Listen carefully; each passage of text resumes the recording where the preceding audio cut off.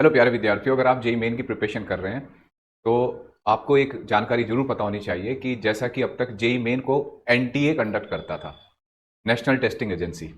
तो अब 20 अक्टूबर को डिपार्टमेंट ऑफ एजुकेशन ने एक इंस्ट्रक्शन दी है कि अब इसकी जो प्रिपरेशन होगी, इस एग्ज़ाम को जो कंडक्ट करने की जिम्मेदारी होगी मेन, वो एक नया बोर्ड, एपेक्स बोर्ड बोलते हैं इसको, वो करेगा। उसके बारे में आपको डिटेल में बताऊंगा मैं।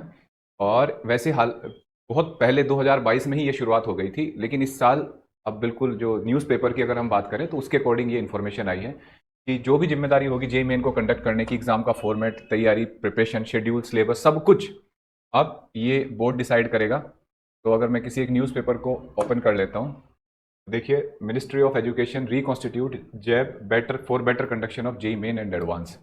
जैब, अब ये जैब क्या है देखिए, के बारे में बता देता हूँ। The Ministry of Education has passed an order to reconstitution of the Board of Structure and Administrative Framework of JEE Apex Board, JEB बोलते हैं इसको, for the joint entrance examination for the admission undergraduate engineering program in IITs and other central funded technical institutes। मतलब इसमें आप JEE main और JEE advance दोनों को मान सकते हैं कि दोनों की जिम्मेदारी किसकी है, अब एपेक्स बोर्ड की होगी। हालांकि ये एपेक्स बोर्ड 2022 में बनाया था और 2022 में मैं इसका भी दिखाऊंगा आपको कि क्या क्या इसमें बताया गया था।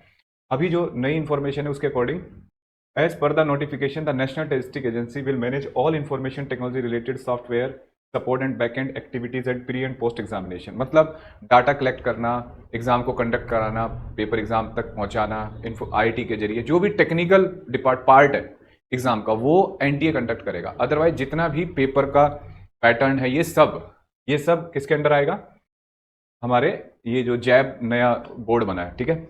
अब इस जैब के बारे में बताएं तो ये इसमें आईआईटी के कुछ प्रोफेसर्स हैं और इसके डायरेक्टर जो हैं एसके जैन बीएचयू के, वो चेयरपर्सन है, ठीक है। मैं पुराना 2022 का भी आपको दिखा देता हूँ, उससे पहले थोड़ा सा ये पता कर लेते हैं। The jab would have a permanent secretariat which would be provided by the National Testing Agency। JAB would be assisted by JEE interface group comprising of 5 members drawn from the NTA, IITs and senior representative of the Indian Statistical Institute ISI। इसके भी representative इसमें हिस्सा लेंगे क्योंकि ये बड़ी calculation है, बड़ा एग्जाम है, बहुत बड़ा डाटा होता है, तो ISI भी इसमें हिस्सा रखेगा। तो अब देखिए, JAB will be the final authority for setting up the policies, rules, regulation for the conduct of JEE Main। It will also be coordinate the JEE Advanced organizing institution। यानी कि JEE Advanced के exam की भी जिम्मेदारी अब किसके under आ जाती है, JAB के अंडर आ जाती है। अब ये 2022 में जब JAB आया था तो मैं उसके बारे में बता दूं थोड़ा सा। देखिए, 2022 में जब JAB का गठन हुआ था, ये 2022 6/5 और reconstitution of board structure and administrative framework of JEE Apex board for joint entrance examination for admission of undergraduate engineering program in IITs and IITs और CFTIs। उसमें ये बोर्ड का गठन हुआ था, ये इसके मेंबर थे, सारे IITs के ही लोग हैं। उस टाइम IIT मद्रास के चेयरपर्सन थे, अब ये BHU के डॉक्टर को इसका जिम्मेदारी दी गई है चेयरपर्सन की। और JAB would have a permanent secretariat which would be provided by the NTA। JAB would be assisted by JEE interface group comprising of 5 members or the JAB will be the final authority for setting up the policy, rules, regulation for the conduct of JEE mains। It will also coordinate the JEE advanced group and its chairman।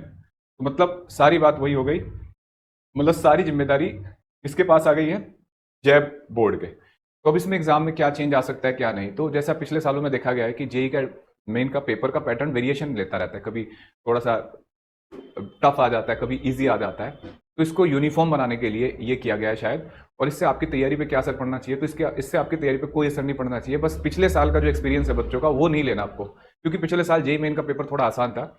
आपको conceptually बहुत strong बनना है, बहुत ज़्यादा practice करिए और concept को depth तक पढ़िए। अपनी टेक्स्ट बुक को बिल्कुल लीव मत करिए, टेक्स्ट बुक बहुत अच्छे से पढ़िए एनसीईआरटीज, और उस पर कंपटीशन लेवल को थोड़ा बढ़ाइए और अच्छे क्वेश्चंस करिए, ताकि एग्जाम किसी भी कंडीशन में आप खराब ना करें अपनी तैयारी को या अपने सीट को।